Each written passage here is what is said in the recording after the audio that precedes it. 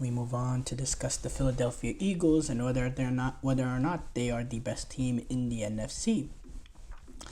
Look, the Philadelphia Eagles, they've done a remarkable job to climb up from a.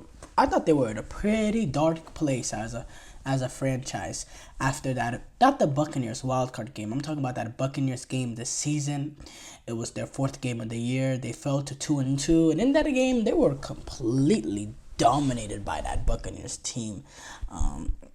Especially in that first half, they were leading. They were down as much as 34 to no, not 34. It was down. They were down 24-7 at halftime, and they were really thoroughly outplayed, and they really, really, really struggled. And even in the weeks later, it was, they struggled even in the weeks later, going up against the Browns. I thought they played a pretty poor game then against the Giants. They won that game 28-3, but they struggled in that first half. I believe, it was 14-3 at half, but they didn't really play good football in that game. Didn't really move the ball as I expected them to. But Saquon did have a big one. I think that was Saquon's, redemption game after he cost them that Falcons game earlier on this season. But since then, what they've been able to churn up wins.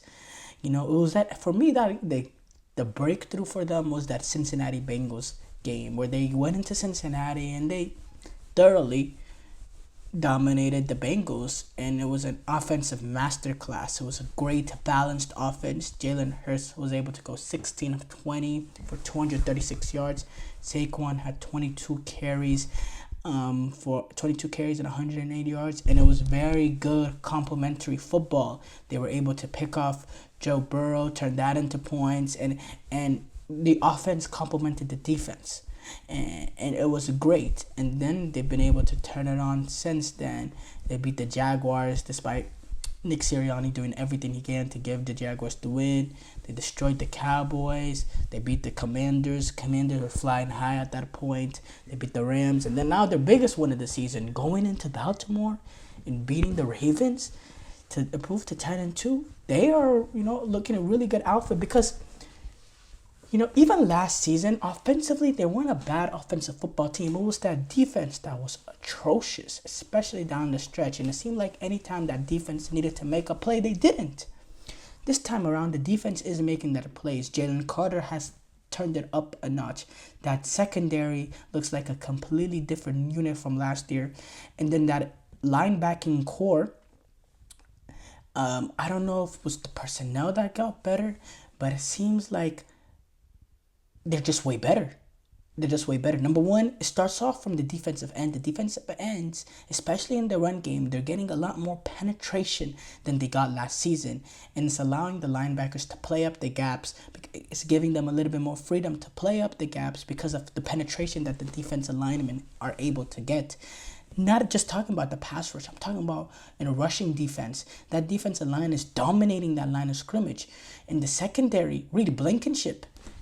What a rookie he's been. He's completely changed the game for that Eagles secondary as well. He's always at the right place at the right time.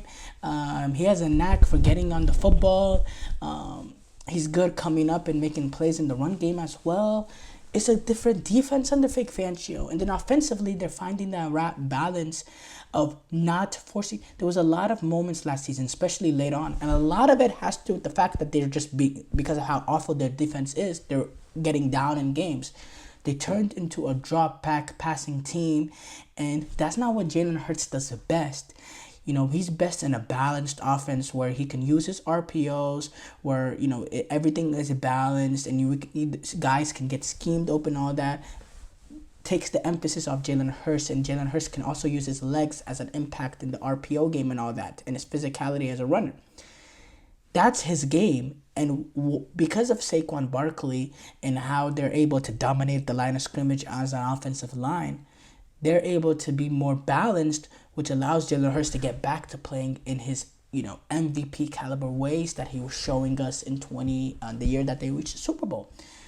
And yeah, it's been they found that formula that they had in that Super Bowl year.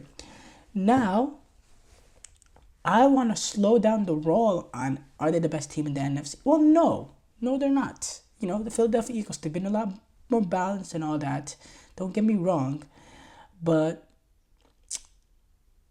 I still have a hard time choosing them over Detroit just because of how great Detroit has been. And where's the drop off with the Lions? We have a great game coming up tomorrow, or we're past midnight, so technically today, where they take on the Green Bay Packers. But, bro, the Detroit Lions, I mean, this is an electric offensive team, an absolutely electric team. And I think they have more offensive firepower than Detroit, than Philadelphia.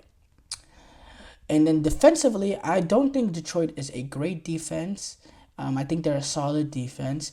And I think Philadelphia Eagles is a really good defense as well. But I think defensively, they're not that far off each other. But I think definitely Detroit Lions have an offensive firepower advantage with what they can do in terms of the run game, how great Jared Goff has been, how they have Amon-Ra St. Brown, a great possession receiver. They have Jameson Williams, someone that can push the ball down the field, someone that's also a factor on jet sweeps and all that, with trickery and all that. And then Ben Johnson at the wheel with what he's able to scheme up. And then that defense as well, what Detroit has is an opportunistic defense when they need to come in and lock down for a game.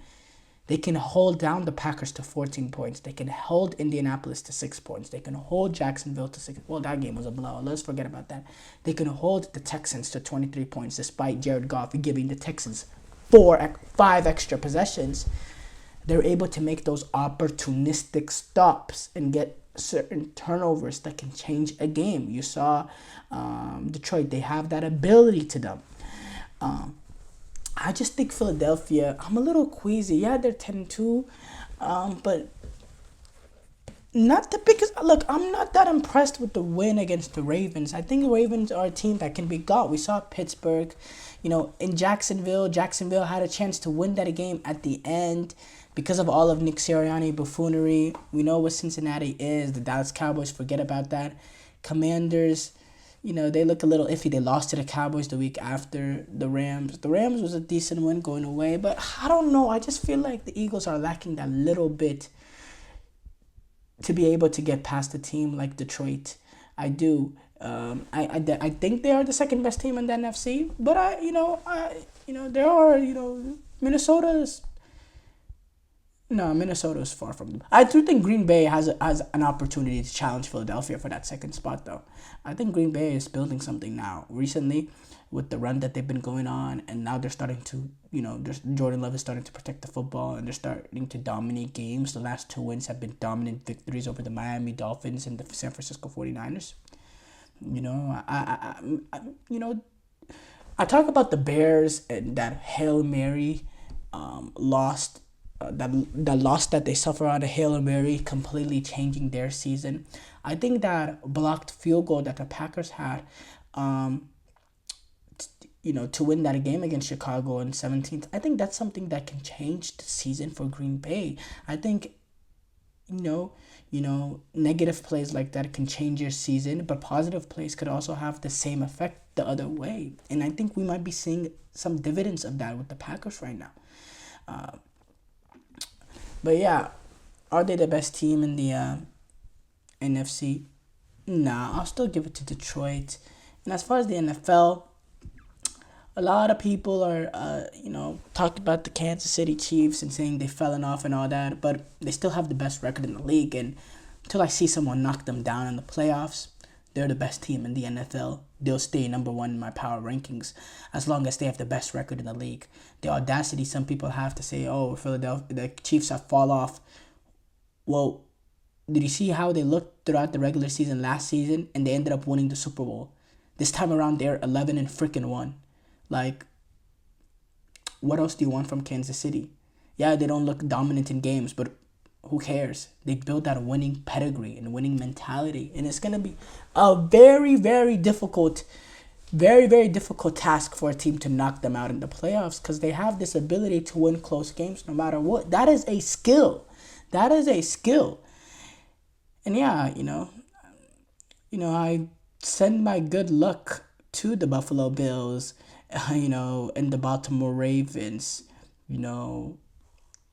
and maybe Detroit if they take them on the Super Bowl, or Philadelphia again. I send them my good luck, but that'll be very, very difficult. A team I do believe will have that chance though, will probably have the best chance, especially in the AFC. The Pittsburgh Steelers, with the way that they defend, with Russell Wilson's ability not to push down the field, I also think they have the coaching pedigree of Mike Tomlin to be able to match up with Andy Reid. It's a Steelers team, it's a Steelers coaching staff that the moments will not be big for them. And they have the experience to match up with the experience of the Chiefs coaching staff. And the big advantage is the Chiefs, in my opinion, have a psychological hold over the Buffalo Bills, over the Baltimore Ravens. I don't believe they have that same advantage over the Pittsburgh Steelers. Yeah, I know they beat them in a playoff game. I think it was 2 seasons ago or so, but that was a Steelers team that sneaked into the playoff as a 7 seed. Like, let's be objective. Like the Steelers, they were gonna go home no matter what. I think that game finished like 42-7 or something ridiculous like that. Like throw that out of the backwater. That was not a real game. The Steelers, I don't think the Chiefs have that psychological advantage over the Steelers, because I don't think that's a team. That's not possible with a team coached by Mike Tomlin. So if we get a Steelers Chiefs playoff game, wherever it's at, I think that is must watch TV beyond the must watch TV. But we're getting a little bit off topic.